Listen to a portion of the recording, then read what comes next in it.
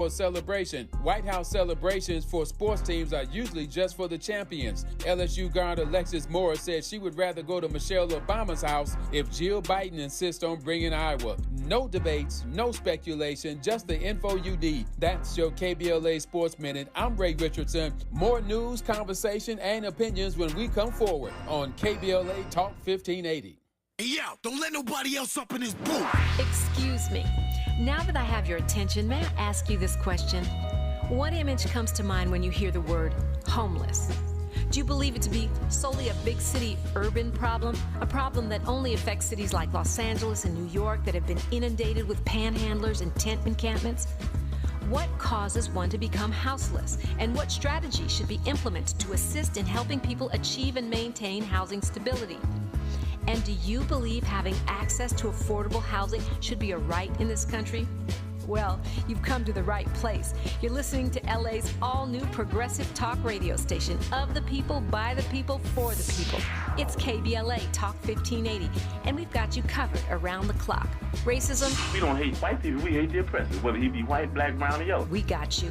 Miseducation? We got you. Gun violence? We have you covered. If you're afraid of socialism, you're afraid of yourself. A black-owned and operated, evidence-based alternative radio station for progressive, open-minded people like you and me. Welcome home, LA. We're all in this together. It's KBLA Talk 1580, broadcasting from the heart of LA's Leimert Park. We've got a lot to talk about. You can't do it unless you believe that you can do it.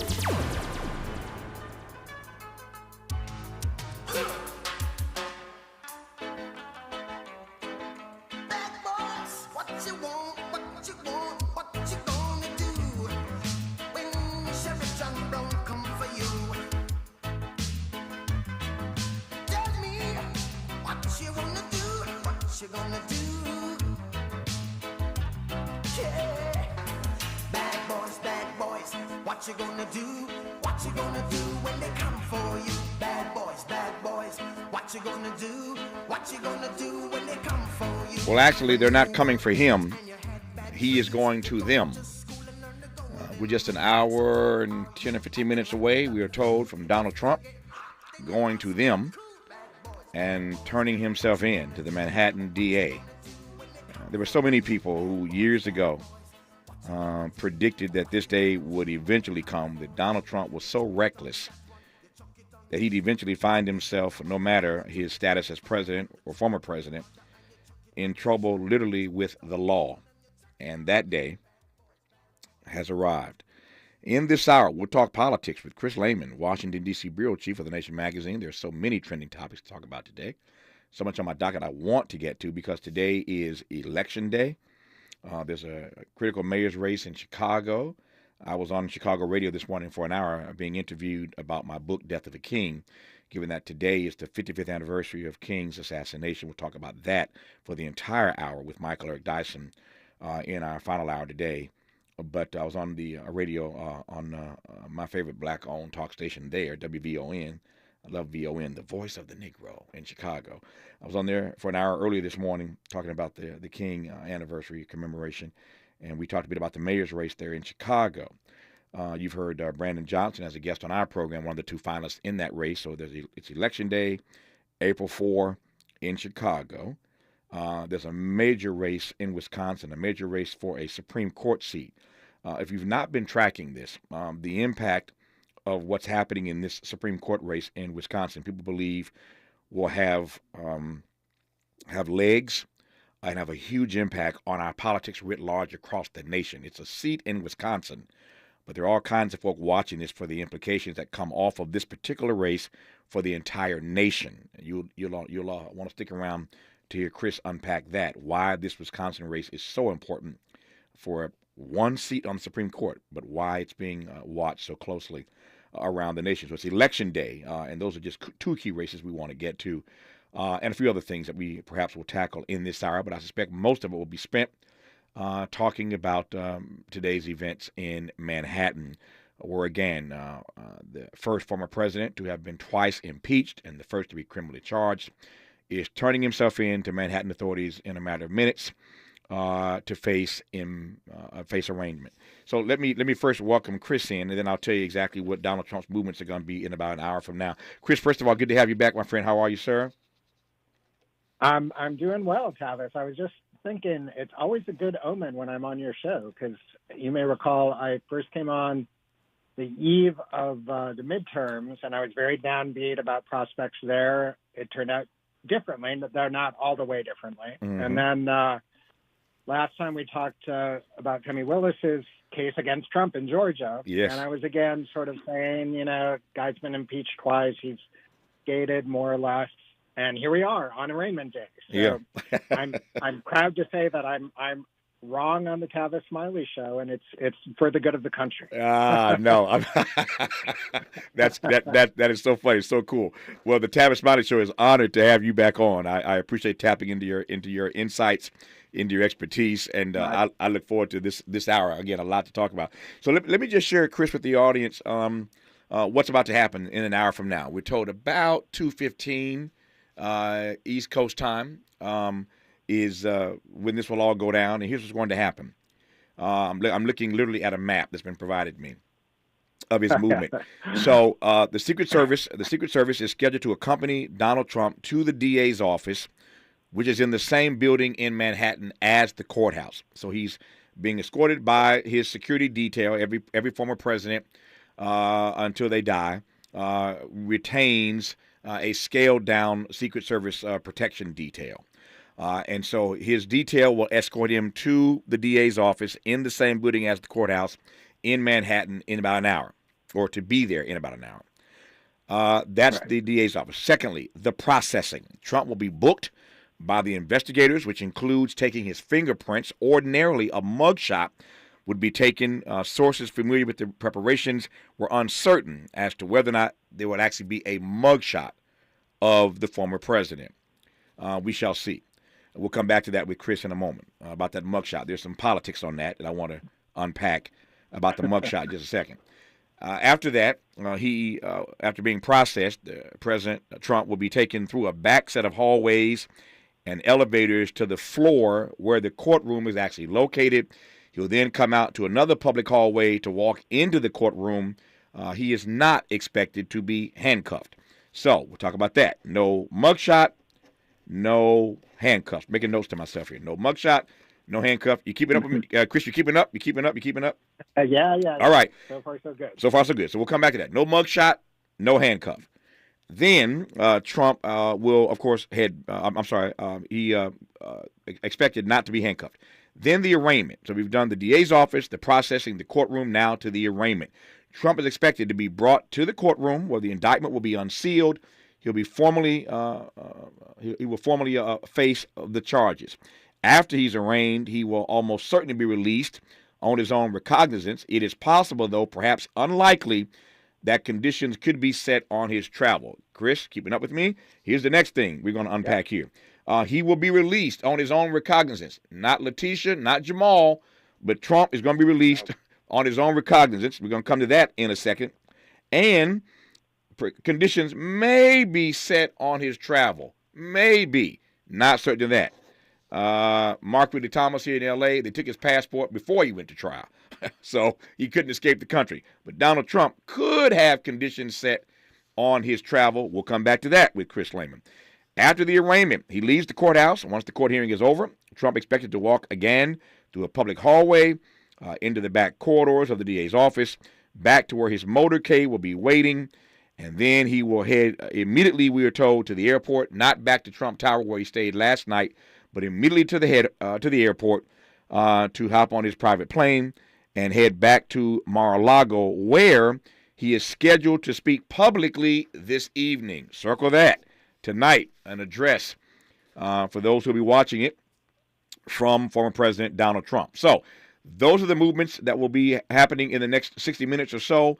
When we come forward, speaking of movements, Chris Lehman and I from The Nation are going to move to unpack all this. I want to talk about the mugshot or the lack thereof, the handcuffs or the lack thereof, being released on his own recognizance, maybe setting some parameters around his travel, and then, of course, the speech that he will give tonight after all of this is said and done. It's going to be quite the day in America. Just getting started in conversation with Chris Lehman on this historic election day in the U.S. of A. on KBLA Talk 1580. We've got a lot to talk about. Good thing we've got 3 hours. More of Tavis Smiley when we come forward. KBLA Talk 1580. We've got a lot to talk about. Hi, Maisha Cairo here, KBLA, live at Chase Bank on Crenshaw and Vernon for the In This Together tour with female business owners, a day of empowerment, community panels, and best of all, tips on building business from marketing to capital. Today I spoke with Tatiana, a community manager for JP Morgan Chase. Thank you so much. Yes, my name is Tatiana Roberts. I am a community manager for JP Morgan Chase. I have to honestly say that this has been the most fulfilling position that I've ever had, where I get to give back to the community because I saw my mom's struggles. That's really what fuels what I do to make sure that that the community has all the access to the resources that my mother didn't have. So for the mother who's in business, what are 3 quick tips you can give to ensure that they're on the right path to accessing financial support from a bank like Chase? Say number 1, just make sure that you're checking your credit on a consistent basis and taking action to either fix your credit, maintain your credit, or rebuild your credit. The second thing would be budget. I know that B word is kind of like ugly for, right? A lot of people don't like that B word, but it has to be done. We need to tell our money where to go. The last thing is to build a network of supporters that are going to lift you up. The community building here in Crenshaw is that network. So visit the Chase Community Center on Crenshaw and Vernon. Meet a banker today. Tell them about your business. I'm Maisha Cairo in the community for KBLA with JP Morgan Chase. At Charmin, we heard you shouldn't talk about going to the bathroom in public, so we decided to sing about it. Roll Charmin ultra strong when you drop in the beat. It cleans with way less effort on your seat. Yeah, roll it, drop it. Yeah, roll it, drop it. Okay. Charmin flows extra strong from the road. Your butt hella clean while you're sitting on the bowl. Yeah, it's all you need for that bathroom groove. Get you in and out without nothing to prove. Charmin Ultra Strong cleans better so you can use less. Enjoy the go with Charmin. The FAA will be hiring air traffic controllers soon. Applications open June 24th through June 27th. If you know someone between the ages of 18 and 30 who might be interested, please tell them to go to www.faa.gov/BE-ATC to apply today. The salary range is $103,000 to $164,000. There's also paid training and school. Again, that's www.faa.gov-BE-ATC. Again, that's www.faa.gov/BE-ATC to apply to be an air traffic controller. This community call to action is brought to you by the Organization of Black Aerospace Professionals and KBLA Talk 1580. Access granted.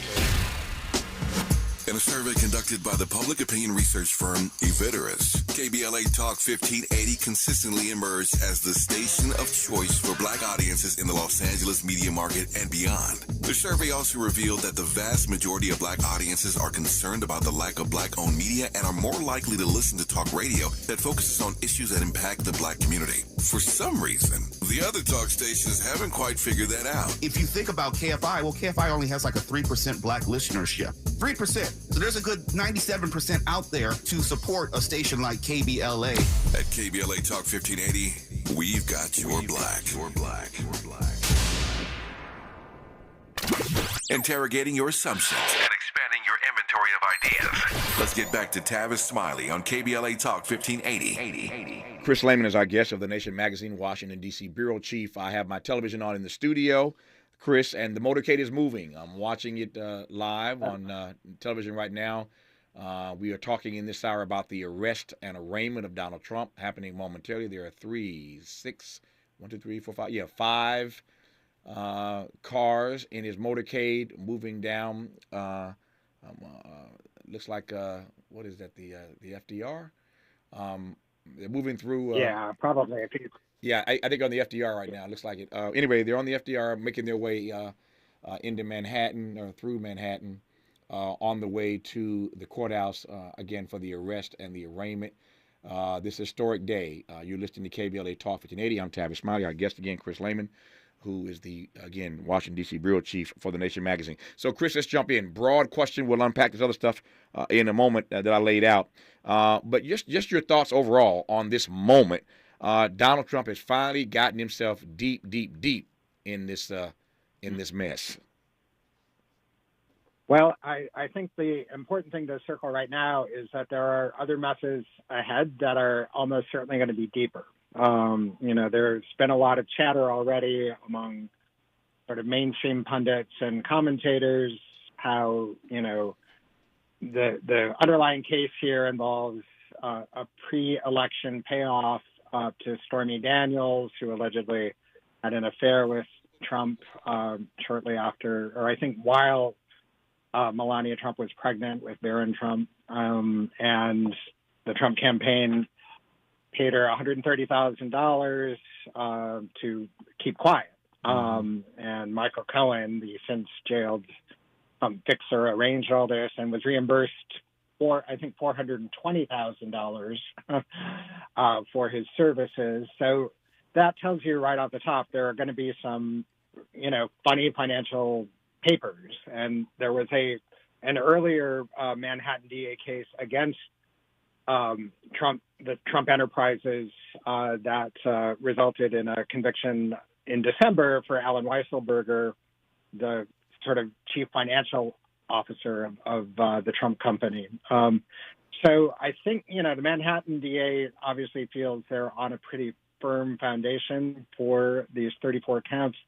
It's also, they interviewed David Pecker, I'm not making that name up, the former head of the National Enquirer, about a separate payoff, allegedly, to a former Playboy model named Susan McDougal. We'll see when the indictment gets unsealed, but it does seem like there's going to be a pretty significant paper trail here. But the other messes, I think, are more important. There's the Femi Willis case in Fulton County, Georgia, where, Trump is literally on tape conspiring to commit election fraud.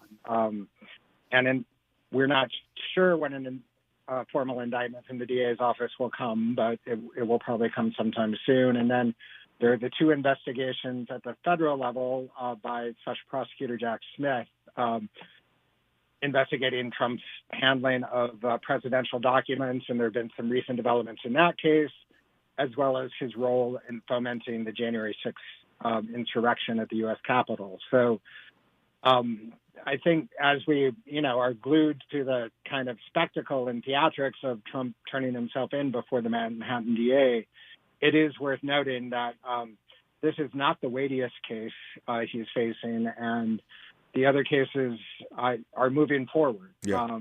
So this is just kind of the opening chapter of this whole drama. Yeah, I take your point that it's going to get messier and worse for him as these other cases perhaps unfold and lead to other indictments. We got the full hour, so we'll get to as much of this as we can in this hour. Let me stay with this present case. To use your word, Sure. and I love it. It's not the weightiest case. Every expert has said, this is not necessarily a slam dunk. But beyond the legality of it, what occurred to me last night in conversation with some friends is that, if you want to really, how can I put this? This case is really about sex or paying somebody to not talk about their sexual involvement with you. So it's about sex versus the other cases that you just mentioned that are really about democracy. And America has shown time and time again that we don't really care so much about the sex stuff. I mean, Bill Clinton is Exhibit A, right? We don't really care so much about the sex stuff. The democracy stuff is what can get you in some trouble. And so I'm wondering, to your point about about the spectacle, I'm watching it now live on television. We're live on the radio. By the way, if you're watching us on our live stream or on our app, you can see me and the motorcade moving all at the same time on our app or on our live stream. We're covering all of it on all of our platforms right now. But while we're covering this thing about sex, it's democracy that we seem more concerned about. So I wonder, again, to your point, Chris, if we're making too much of the spectacle, if I'm making too much of the spectacle right now that we're watching live on television. Well, it is obvious. It is historic. no former president has faced criminal proceeding before. So, I mean, I do think cable TV got a little carried away. I think they had, each of the major cable channels had footage of Trump's plane in the air, which is, more like a Richard Scarry book than journalism, I think. But it is significant, and I do think, this is sort of gaming things out a bit. And I don't mean to suggest in any way that things were planned this way, but I do think the fact that the first case is, let's just keep saying, the least weighty of them. Right. We're seeing all of this kind of, Marjorie Taylor Greene has tried and evidently failed to lead a mass demonstration outside the Manhattan courthouse. Trump is going crazy on his Truth Social account. As you said, he'll be delivering a speech from Mar-a-Lago tonight. And so we'll have all of, the familiar by now kind of fireworks display of Trump outrage and Trump victimization and talk about the, Department of Injustice and the corrupt media, all of that expended on this case. So I can't help but think when Femi Willis, delivers a very serious set of charges against him in Fulton County, or when Jack Smith, moves forward with these two other prosecutions, the Trump base may feel a little exhausted and a little, like we have to go through all this again, Yeah. So I think in political terms, it may not be such a bad thing that we're leading with this. Right. It's a routine kind of corruption. John Edwards faced similar counts in a federal case for making payments to his mistress. You mentioned Bill Clinton. He did actually have a severe fine levied on him that he then had to fundraise to pay.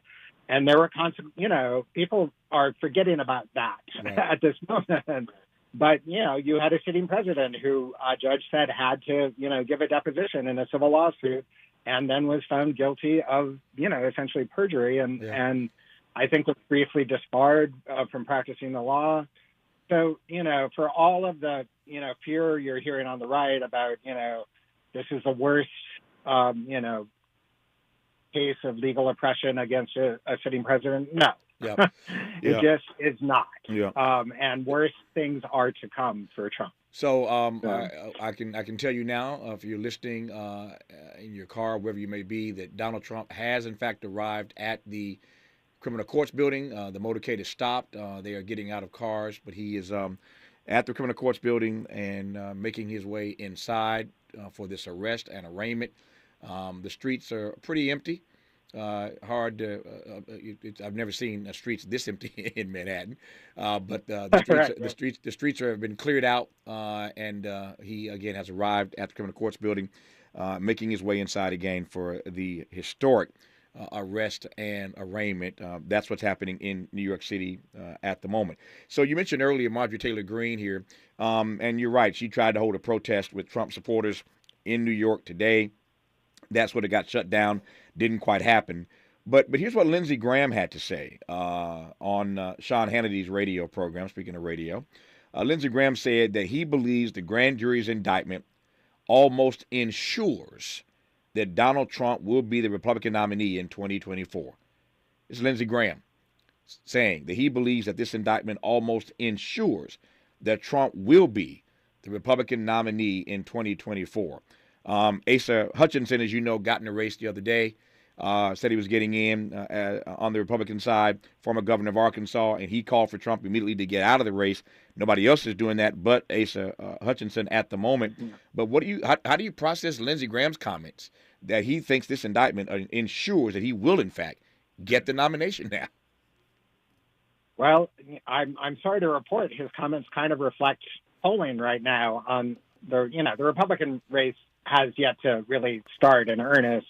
Ron DeSantis, Trump's chief rival, hasn't formally announced. There's going to be a lot that happens between now and the end of the GOP primary season. But having said all that, prior to the announcement of the indictment, I think Trump was ahead something like 9 points ahead of DeSantis in the polls. And now that lead is more than 30%. And, it's kind of not hard to see why, if you've been following politics over the last 7 years. Trump is kind of made for this part. He loves being the center of attention. He loves playing the victim of a, deep state conspiracy. He loves, riling up the Republican base who have embraced him as this quasi-messianic figure for the white nationalist project. So we're seeing all of those trends kind of crest right now at this moment. Again, the big asterisk here is, the race hasn't really begun in earnest. When Trump is on his third or fourth indictment, it gets harder to just kind of say the deep state has it in for me, when it's different jurisdictions and different prosecutors indicting you for different crimes. It can't all be, George Soros's manipulation of the legal system. So, again, we'll see. This is why we have, primaries and elections. It could well be that Trump's hold on the GOP base is so strong that he will, again, be the nominee. But I don't think any of these trends will play well in the 2024 general election, where you're talking about, I don't know who are independent voters at this point, but, independent voters probably aren't going to think that a guy who's been indicted and charged with a series of crimes is an attractive candidate. So we'll see. Speaking of independence, and let me just say this right quick, we're going to hold, we're going to not do news and traffic in sports for the moment, given that we are in this moment of breaking news with the former president about to be arraigned in the criminal court building in Manhattan. So we'll stay with this conversation right now. And I can assure you, if I did break for news right now, I can tell you the news is going to be right, which is what we're talking about right now. So we'll stay here at the moment and not interrupt this conversation as the former president is making his way inside this building to be arrested and to be arraigned. You mentioned independent voters. By the way, our guest is Chris Lehman, the Washington, D.C. bureau chief of The Nation magazine. And again, we'll stay with this conversation moving forward here. You mentioned independence a moment ago, Chris, and back to Lindsey Graham. Lindsey Graham says, and I'm quoting here, "I think it almost ensures that Trump will be the nominee, and I think independents are going to see this for what it is. It's just a liberal prosecutor out of control." So that's how Lindsey Graham sees the way independents are going to view this. You think he's right or wrong about that? I think he's dead wrong. I think, let's not forget Lindsey Graham himself ran for president in 2016 and was briefly a big anti-Trump guy and came away less than 5% of the vote. So I'm just saying he's not the go-to person for long-term political prognostication. And, again, the dynamic of right now, the Republican Party is a personality cult. And Donald Trump is that personality. He lost in 2020, even though, he claims he didn't, and he persuaded a significant part of his base that he didn't. And that he was not indicted for a crime at that point. What he's running on now is an unalloyed platform of just personalized grievance. Everything is about Donald Trump, and he's fighting a system that is attacking Donald Trump. It's even different, I think, than 2016. Trump has always been a narcissist and a megalomaniac, but in 2016, he was managed in such a way that he could appear in primary contests to be speaking for the forgotten American, i.e. white manufacturing worker, non-college educated, people in the Rust Belt, the Missouri Belt, what have you. All that talk is gone. Yeah. In fact, he's running under conditions of near full employment. So there's really not a path forward to be the Donald Trump of 2016. And the Donald Trump of 2024 is, if you look at his True Social account last night, it's demented. I mean, it is beyond anything we've seen before. So I don't think that is going to appeal to independent voters. We are told right now that he is officially under arrest. Donald Trump right now is under arrest, and he is awaiting arraignment. In case you just tuned in, I mentioned earlier the flow of how this day is working for him. He has arrived some minutes ago, at the criminal courts building in Manhattan. The court and the DA's office are in the same building. He immediately went to the DA's office to be arrested, to be fingerprinted. We'll talk about that a bit more in a moment. And after the fingerprinting process, to the courtroom on a different floor in the same building to be arraigned. So we are told right now that he is officially under arrest, and he's now inside the building awaiting arraignment on this historic day that sees the first former president ever to be twice indicted and twice impeached, I should say. Twice impeached, now indicted, now arrested, and soon to be arraigned. The list goes on. Impeached, indicted, arrested, and momentarily he will be arraigned. And so that's where we are right now as we watch live and talk live with our guest, Chris Lehman, Washington, D.C. bureau chief of The Nation magazine, about this historic day regarding our democracy. What do you make of that point, Chris? What does this? Let me just ask a broad question. What does this moment say? We hear all the time that no one is above the law. That we are a nation of laws. We hear that conjecture all the time. But here in real time, we are watching something historic. A former U.S. president who is indicted, arrested, and about to be arraigned. To your mind, what does that say about our democracy, or, as I put it, our experiment in democracy?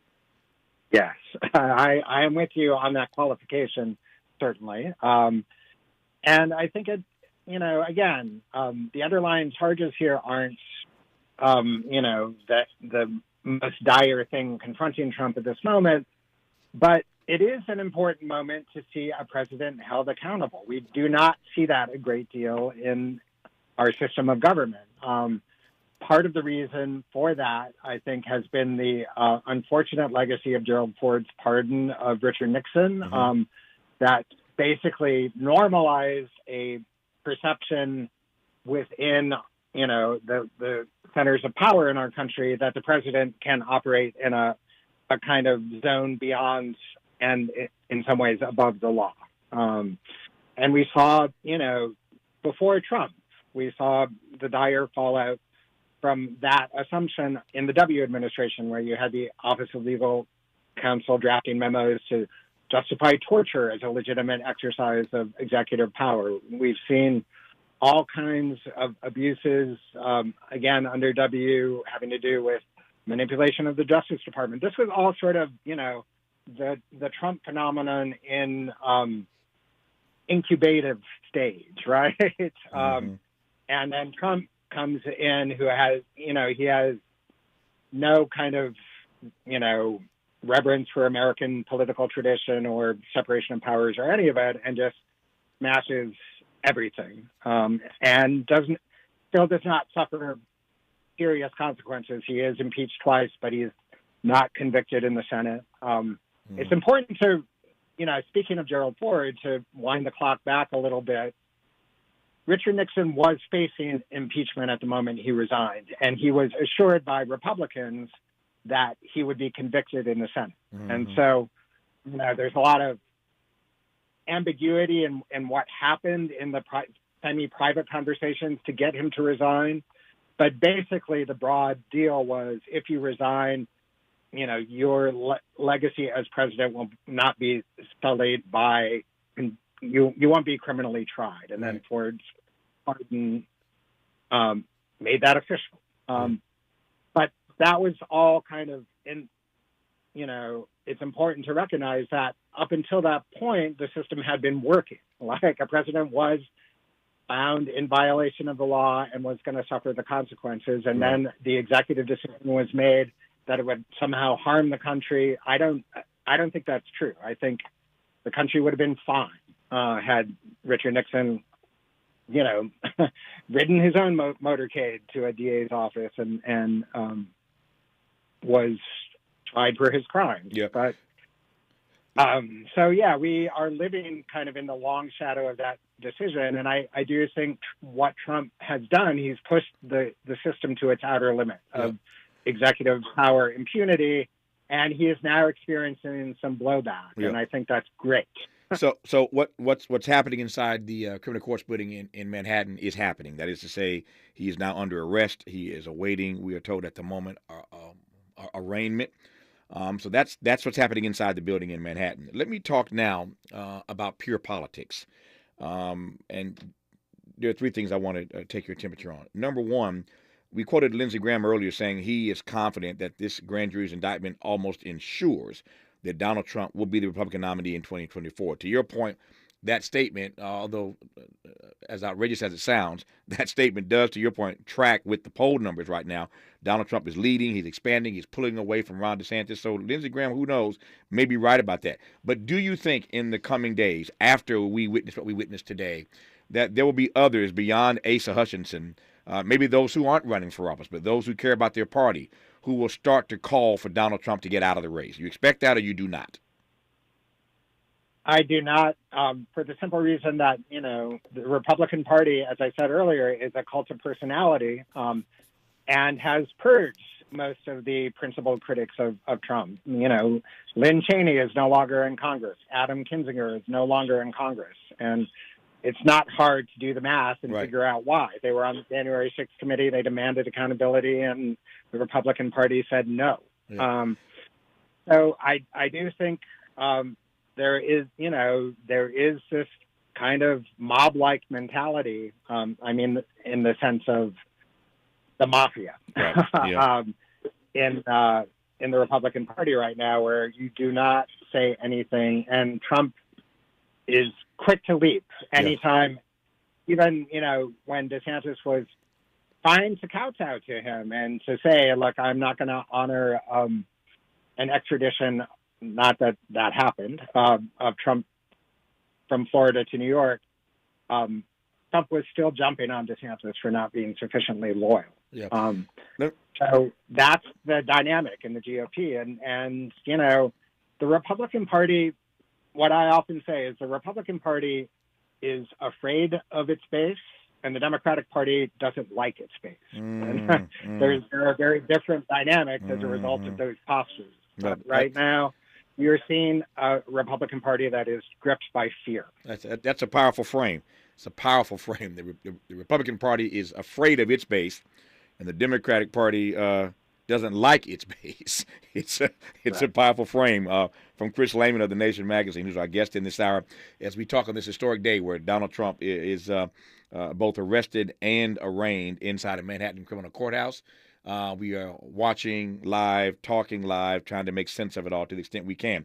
Again, talking politics now with Chris Lehman. So, Chris, you mentioned earlier that this messy situation that Trump is in right now is going to get messier because you've got Jack Smith, who is the special prosecutor at the Department of Justice about the January 6th drama. You've got Fannie Willis, Fulton County DA in Atlanta, about his tampering with the election results in Georgia. Back to New York, Alvin Bragg is the DA in Manhattan.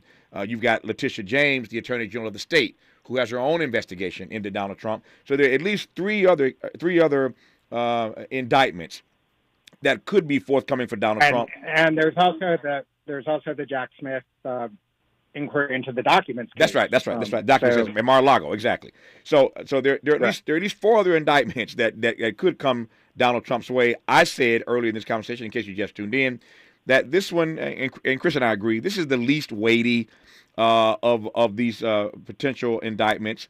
And moreover, we're talking here basically about sex, silencing some trying to get someone to stay quiet about a sexual relationship. We're talking about sex. Americans don't really have an appetite for that. Bill Clinton, again, is Exhibit A in that we care about other issues, but, consensual sex, it just doesn't seem to rate the same way other things do. Now, these other cases about democracy, I think will resonate with the American people. I'm just recapping what Chris and I have talked about to get to this point, which is this. Now that somebody has gone first, now that Alvin Bragg came out first, we could spend hours talking about how this day almost didn't happen. As you well know, there were DAs in Alvin Bragg's office who quit. They resigned because they thought he'd gotten cold feet about this. And for whatever reason, Alvin Bragg sort of did a 180. And this day that many thought would never happen under Alvin Bragg's watch, the first black to be the DA in Manhattan, has actually happened. But now that somebody has gone first, I don't know if they need to be emboldened, but what do you think the likelihood is now that these things will start to come like dominoes, these indictments, that is? Yeah, I mean, they all sort of run. The legal system operates at its own pace and often, in defiance of political expectations. So it's hard to handicap precisely. But as you know, the Fulton County case had a grand jury recommendation already. So right now, the DA there, Femi Willis, is just weighing which counts to proceed on. So that seems on track. And the Jack Smith inquiry into the documents case has gained a lot of recent momentum. Right. He got Trump's lawyer to testify, to give testimony or under the fraud exception to the lawyer-client privilege. And there have been leaks indicating that after the initial subpoena, Trump went in and continued to meddle with these documents that are the property of the American people. And so that is a pretty, damning set of conditions. Yeah. And that's all to say nothing of January 6th, which was an attempted coup d'etat. We should never forget that this, one thing that frustrates me is you read a lot of commentary now of like, oh, woe is us. We're going to become like a banana republic where the justice system will just go after whoever happened to be president. And I will tend to shout in an animated way, like, no, we became a banana republic on January 6th when the sitting president tried to enact a violent coup d'etat and reverse the results of a free and fair election. Yep. So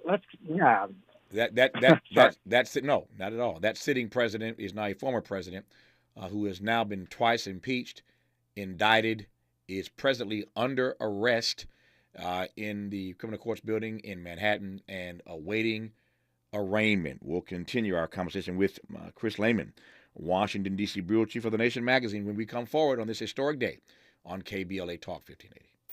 The station you turn to when you've had it up to here with cultural incompetence. KBLA Talk 1580. Tell me you're the boy that girl.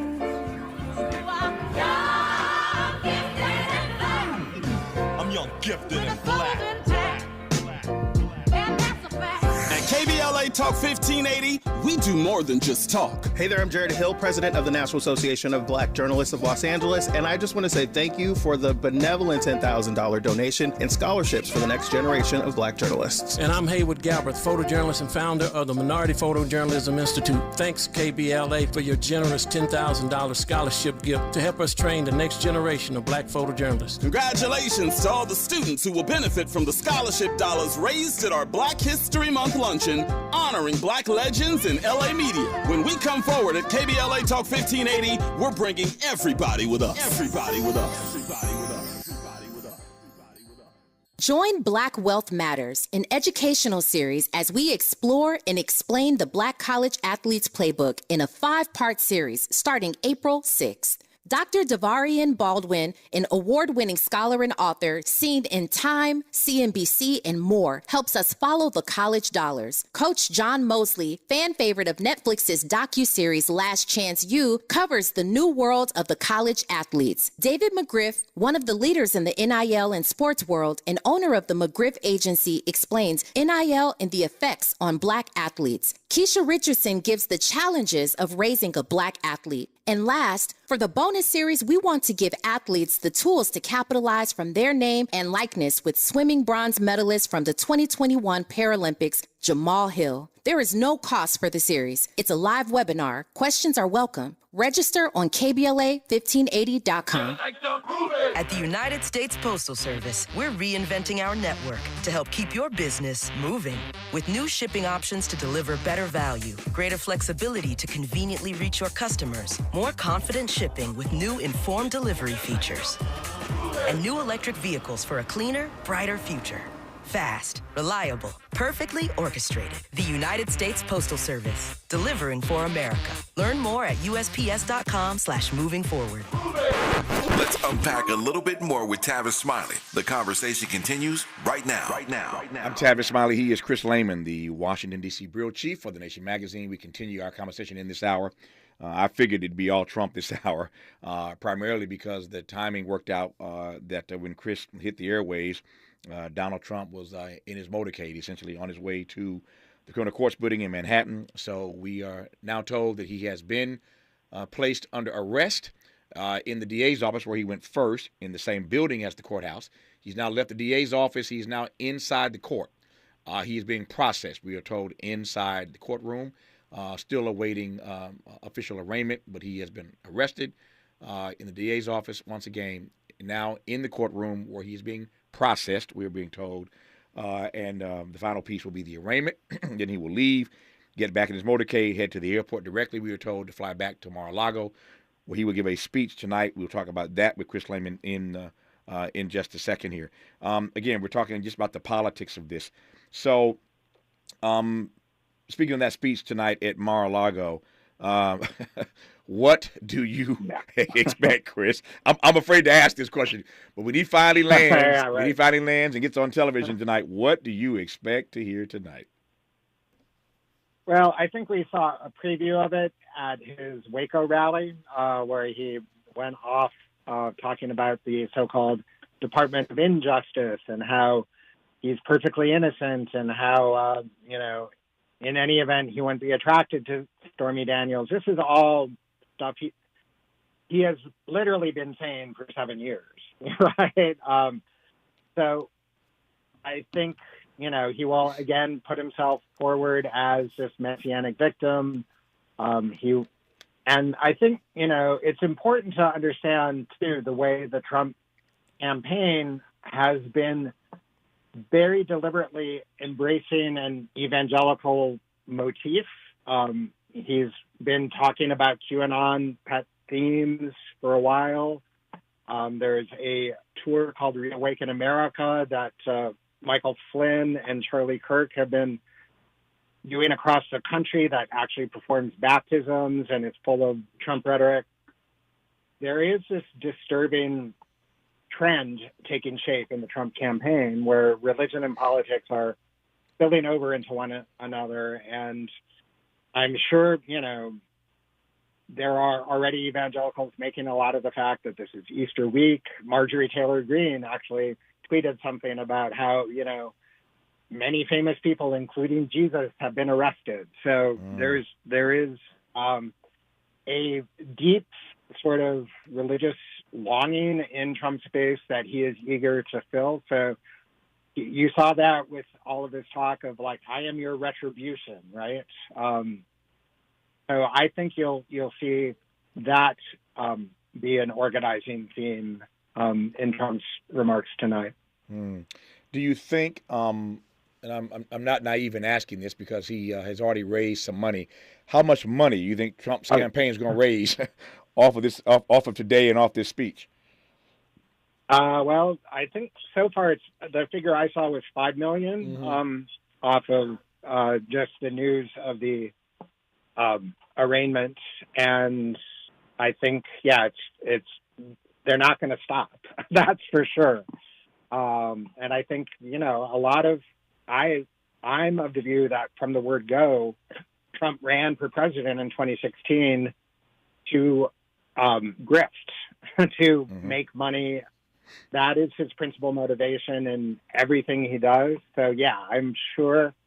I know I've seen copies of the fundraising appeals where he says, I've been arrested today. I need your help. Yep. So there will be a lot more where that came from. Yeah. Speaking of which, he posted. You mentioned earlier his post last night.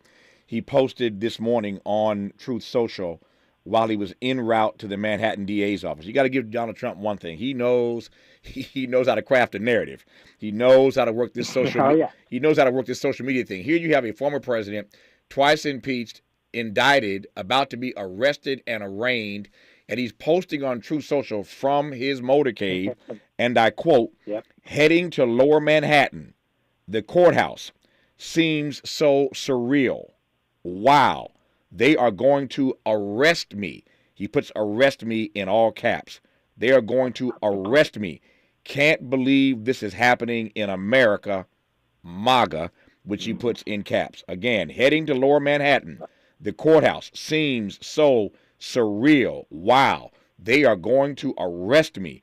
Can't believe this is happening in America, MAGA, and yet, Chris Lehman, it is happening in America. Yes, it is. And as I said earlier, it's just the beginning. And I think that is, for all the pound and fury you're hearing from Trump right now, I do think he is realizing that at long last, he is facing consequences for his actions. And that once that Rubicon has been crossed, he no longer controls the narrative. The other thing to note, obviously, he's spent much of his career in court trying to mount vexatious lawsuits against his critics, against journalists. Criminal court is a very different thing. You can be jailed for being in contempt of court, and being in contempt is Donald Trump's natural setting. Yeah. So I'm not predicting anything, but it's a different set of consequences he's now facing, and I'm not sure he completely has registered that. Yeah. We'll see. Yeah. What do you make? I'm watching my time here as this saga continues to unfold inside the courthouse. He's under arrest. He's in court being processed, awaiting arraignment. But I mentioned earlier, Chris, that unless there's something different being reported, fingerprinted, yes. Mugshot, no. Handcuffs, no. Released likely on his own recognizance. They may or may not set parameters on his travel. But even in a moment like this, where some would say American democracy is working, justice is being done, even in that instance, or in this instance, there are still things about the way he's being treated that don't make him like every other American. No, it is a two-tiered system. Absolutely. I interviewed a former Department of Justice white-collar prosecutor about the Trump charges, and he said, this is how the American justice system works. There is one standard for the rich and powerful and one for everyone else. So, yeah, it is a mockery of justice in many ways, and at the same time, it is notable that it's happening at all, right?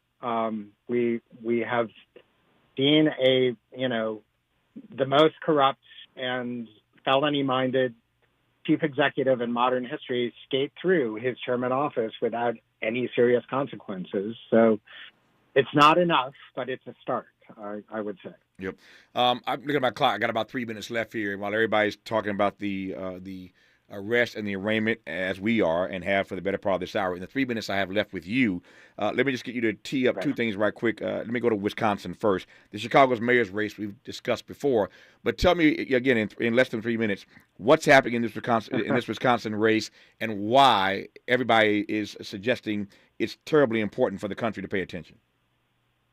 It is terribly important for the country to pay attention because two major things are being resolved as a result of this election. One is Wisconsin passed a unbelievably regressive, basically resurrected an 1849 law against abortion in the state. And that law will come up for review under the state Supreme Court. The Democratic candidate in this contest has said that she is a full supporter of reproductive choice, which that's an incredibly huge issue across the country, obviously, since the Dobbs decision, but particularly right now in Wisconsin. The other important thing in this race is that Wisconsin was one of the earliest and most rigid Republican gerrymandered states, so that we've seen in statewide elections that even though